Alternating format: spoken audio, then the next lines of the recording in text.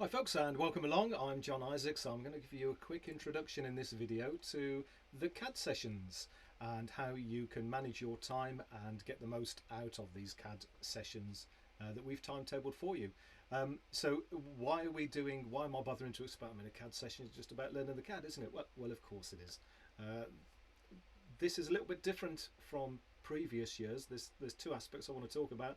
The one is that in the project work we did prior to Christmas, you were within groups and you were able to decide amongst the group who was going to do the CAD, and maybe one person sort of stepped up and said, well, I know how to use the CAD, I'll do it, and the rest of you said, that's fine by me, you carry on, I'll do the Gantt chart, or I'll build it, or whatever, I'll be the project manager.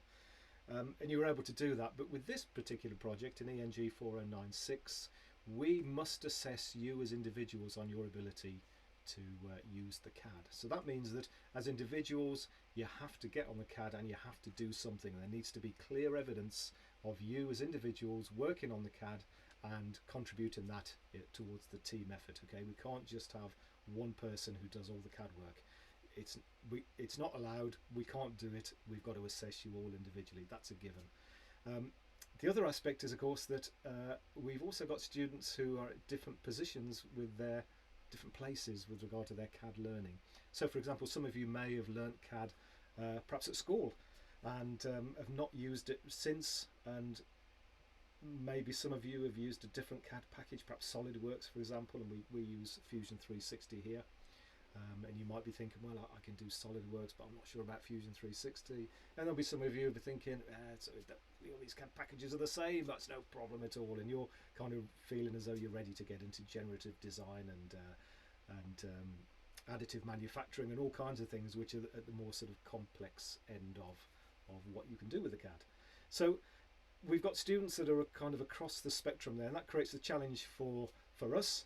How do we provide a fantastic learning experience for you when we have students at different places, and also the ability at which you can learn is likely to be different as well. If we were to structure this as a conventional lecture type of session, then the chances are that we would be going at a pace which kind of suits the majority, and not everybody's going to be able to well, maybe some people won't keep up, maybe some people will feel that it's not going at a fast enough pace, and I completely understand that. When I learnt CAD it was very much sort of hands-on, and I learnt the bits that I need to do in relation to the project that I did at the time, and that kind of pattern continued really. I did a kind of foundation course with SolidWorks. I think that was over the course of 4 or 5 days to give me a bit of a heads up, but beyond that I've researched it and found out how to do it by using all the obvious methods that are at our disposal these days, and that's worked just fine for me. And that's the sort of approach we need to take with this project. So let me give you an example. Here is my vacuum cleaner that you'll have seen in the other videos, and the first question for me is, well, what am I going to do with this? You know, I can take it apart and look at the individual components, and I'm obviously going to be doing some analysis and thinking, well, why have we, for example, why have you got this filter? Why does that filter go in there? What particle size is that filter trying to trap? Why is it a problem that particles are not allowed to get into whichever bit of this vacuum cleaner that filter's stopping them getting into? Why have we got a battery on the back that's that size? Why has the manufacturer decided to put it there in that location? How long does the battery last? What is it in terms of its life? Maybe I could do some tests there. And you can see where your discussions and thoughts may go. So you're going to be thinking about these sort of early doors in this project. You'll be thinking about all of these things. Where could we go? You know, why has the manufacturer made these decisions? What does that label mean? What's that symbol mean? Why is it this size? What's the suction force? How do you measure suction? How long does it take to charge up? Why have they chosen to have a purple kind of rocker switch there? What's that for? Why have they designed it that way? And you can focus in on all kinds of things, and once you've got an idea as to where you're likely to go with your project, then it's likely to be giving you some sort of direction as to where you might choose to go with your CAD. So for example, if you are going to focus on that purple switch there and try and figure out why it's been designed that way, and is it any good, could it be better, then you might choose to actually model that particular part on CAD, or maybe do some stress analysis on it, or maybe look at alternative designs. You might want to do a little assembly of that kind of general area to show ways in which you could make it better or stronger or last longer if you felt that it was a weakness, for example. However you decide to go, you can see how your plan for how you learn CAD might be influenced on those sort of decisions. So you need to have a think about that, and you need to think about it both from an individual point of view, what are you going to do, because you have to do some CAD, but also how is that going to contribute to your team and your overall project. It doesn't make any sense really for 2 or 3 of you all to be doing the same thing, because you'll end up with 2 or 3 identical aspects of CAD, and whilst individually that ticks the boxes, but as a team you're going to be missing out on opportunities. So have a think both individually and as a team as to how you choose to use your time. And to be perfectly honest, you don't need to learn everything on CAD. There's probably not enough time in the project for you to do that anyway. You've only got 3 hours of CAD session a week, and use it wisely would be my advice. But you can use it how you wish. So let's take a look at the timetable first of all. Let's see when these sessions are. So I'm going to share my screen with you here. So I'm at iCity, icity.bcu.ac.uk, and I'm going to go to the timetable. Let's pull the timetable up.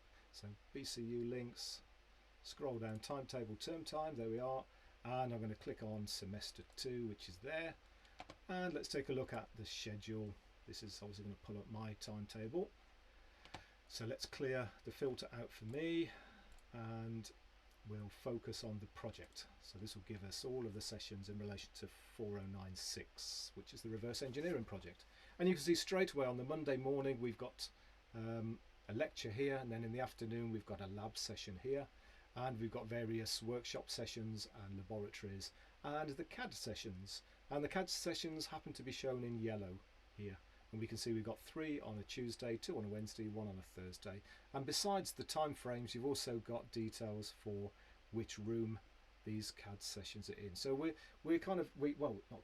are absolutely expecting you to come into campus and use the facilities on site, and we're going to be providing an expert in all of those sessions who will be able to give you some advice and some guidance to help you along your way, answer any particular queries, or maybe show you an alternative method. And just generally to sort of help you along within the CAD sessions. But what you choose to do in those CAD sessions, that's up to you, okay? So let's go back to the screen here, and I'm going to flip across to Moodle, and this is the Moodle site here. This is how it looks today for 4096, and let's go down to, well, first of all let's look at how this is marked. I'll come back to the CAD schedule here, that's the important thing we want to get to, but equally as important is how this project is assessed. So let's just take a look at that. I'm going to pull up the in-person assignment brief. So this is basically the workshop one, but this gives us most of the information, and we've got the marking scheme here. So we're in this leg here for the CAD sessions. We've got the reverse engineering project here at 70%, part A and part B. Now the aspects for the CAD come in this bit here with the group presentation. We'll be looking for your input in the CAD sessions in the group presentation there, and we've got an opportunity to mark you there, both individually and as a group. We've got an opportunity to mark you here because as you go through the sessions week by week, we'll be checking up and saying, how's it going on the CAD? You know, what is your plan? Show us your plan, show us what you've done, and we'll be allocating some marks for you individually and as a group there. And also by the time you get to part B, more towards the end of the project, where you're actually producing articles for your exhibition stand to show how you're going to improve your product, well, there's another 10% there, and we can mark in there. And it might also be, who knows, you could even use some of the work you do in the group editorial. We'll talk more about that at the time. But there's a number of opportunities here where the work you do on the CAD will be relevant, useful, and will be marked. Okay, so that's how it fits in. And I'll just show you the learning objective as well. We need to go back to the start. Here we are. So these are the learning objectives. So these are set, and we need to make sure that what we deliver is in line with these. And this is the element here. It's L02, LO2, learning objective 2. And you can see there it's analyze design proposals and select the best solution from a range of options, then utilize CAD for effective communication. And it's also worth noting here, develop an ability to manage a group project by controlling time, resources and setting milestones and reflecting upon its success. And you'll be doing that as well. And you can see how these kind of work hand in hand, especially with regard to the CAD sessions. Okay, so let's leave this then and go to let's go back to the Moodle site, and we'll get back to that CAD session document I mentioned a moment ago. There it is. So we've got lectures, labs, CAD. Let's click on CAD. That downloads, open that up. This gives us some information of how you can go about organising your time. So there's a link here which will take you to the Autodesk online video resources, which are very comprehensive and very useful. You've also got an indication there, or a definition of the 4 steps for managing your self-directed learning process. And the first thing is really to assess the requirements of the project. So that's what I was talking about, you know, with this article here. You know, what do you need to do as a group? Have a think about that, and let your individual contributions sort of fall out of that. That might be a place to start. You need to set some specific individual learning goals and timescales and communicate those among the team. Of course you do. You know, there is a limited amount of time. There's only 3 hours a week. That's going to go by in a flash. So it's important that you have some individual learning goals with timescales, and that you manage that as part of your team on a weekly basis. Step 3, you've got to engage in the learning process, and you must ask for support when you need it. Please don't sit on things and wait for us to come to talk to you. We've got best part of 220 students to manage, and if you have a problem, then you need to, you know, come and ask us. Shout up, send a message, put your hand up, come and ask us, and we'll either give you the answer or we'll help you get the answer. We don't know what you're going to ask, so please don't feel like, you know, you're just sitting there and no one's there to help. We're all here to help you, but equally you need to come and ask and flag it up when you feel you're not making the progress that you wish to make. Okay. What can you learn? Well, there's a suggested learning program here. You don't have to follow this, but this kind of covers a cross section of things to do with CAD that you might choose to learn. So for example, in week 1 you could choose to remind yourself of the fundamentals, the basics and 3D modelling. Week 2 you could get into assemblies and exploded diagrams. Exploded diagrams are really useful. It's worth mentioning that if you're going to do an exploded diagram of this, you probably wouldn't have lots and lots of detailed parts. You'd have a representation of that, but you think about what you're trying to communicate. You're trying to communicate to somebody that this is a Dyson vacuum cleaner. Here it is exploded on the computer screen. You can label up individual elements. You can put bills of materials. You can put a description of what it is. You can zoom in on one area and say, we're going to look at improving the motor, the filter, you know, the ergonomics of the handle, the switch mechanism, whatever aspects you want to look at and focus on those, and put the detail into those areas. Don't waste your time trying to reproduce accurately you know, the detail for an exploded diagram if the purpose of it is just an exploded diagram to show somebody what the individual elements are, to articulate that. If of course you're trying to reproduce you know, part of the housing, well, you do need to detail that accurately, and therefore put the time into where you need it. And in defining that, you will also be able to see that your plan here on the screen can shift around, and you can add and delete according to what you wish to do with that. Okay, so let's click through onto the links here. Let's do a control and click and open up a new page. In fact, I think I've got the page already open. There it is, Fusion 360. So this is the Autodesk page that you will land on when you follow that link.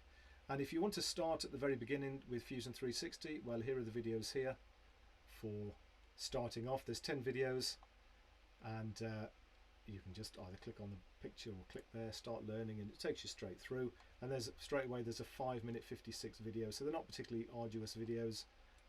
Let's go combine through them here to create innovative designs. Next, the generative design approach will simultaneously synthesize multiple CAD-ready solutions based on real-world manufacturing constraints and product performance requirements. There we go. So very interesting in the sense of, with that video, they're giving you straight away a very quick overview as to what the capability of Fusion 360 is. So don't overlook the obvious. If that's the place you want to start, then by all means you can start there. This is your learning plan, remember. You can get into parts, you can get into assemblies, you can do sketches, you can get into engineering drawing, mechanical design, you can get into manufacturing. So if you want to look at how your article is manufactured and the manufacturing process, and maybe suggest alternative ways that might be more sustainable or cheaper or better, you might choose to look at that, in which case pick up on some of these manufacturing elements here. Or additive manufacturing, 3D printing and such like. There's videos there on how you can integrate with that. We've got generative design. This could be really interesting for some of you if you choose to look at one particular aspect of it, and you might do a model of that part as it currently is, but then you could use the generative design tool to come up with alternative options for you there, and that could be a way of improving your article. So there's all sorts of things here. You might want to look at control systems, the way the electrical schematics work, the way that the electronic control and logic works, in which case you've got elements there for that. You've got simulation. You might choose to do some stress analysis in a simple way, or you might choose to focus on it and get to a real kind of depth. It's entirely up to you how you improve it and how you research what your article is. But you can see there's all kinds of tools here, and this is the beauty of this self-directed learning, that you can tap into this according to what you want to do. So there's all sorts there. So that's all available at your fingertips. You've got somebody on hand in the CAD Sessions who's there to help you, and I've also given you that draft. Let's go back to that page, which you can download here, which is the CAD schedule, which gives you an idea as to where you could start and the sort of steps that you might go through. So really it's just over to you now to have a think about it and decide, have a chat amongst your team, decide what you'd like to do and develop your individual CAD session plans based around that. Just one final thing, and then I'm going to leave you to it. I'm just going to go to the Teams site. So let's pull up the Teams site here. I'm going to bring this into the window so you can see it. There we are. Let's go back out to Teams. Right, so these are all the teams I'm a member of. This is the one for ENG 4096. So I'm going to click on that. Usually when you open it up, you come to the Teams chat, but you've got an option up here for file. If you click on files and go to class materials, this is also another resource where I've been depositing the various documents from the Moodle page, so you can also access them here. And again, you've got the schedule of the CAD sessions there, which you can click on, and it opens up to that. So formulate your plan from that. If you've got any questions, of course I'll be around. I'll be in the workshop most of the time. I don't work at BCU on a Wednesday, but I'm usually around on Tuesdays, Thursdays and Fridays face to face, and I'm online on a Monday. Feel free to reach out, drop me a message, put something in the Teams chat. And the same goes for the other project tutors. We're all here to help you. We want you to pass as much as you want to pass, and we want you to pass well. So please ask. If you've got any questions at all, just ask. And I wish you well. Enjoy the rest of the course, and I'll catch up with you soon. All the best.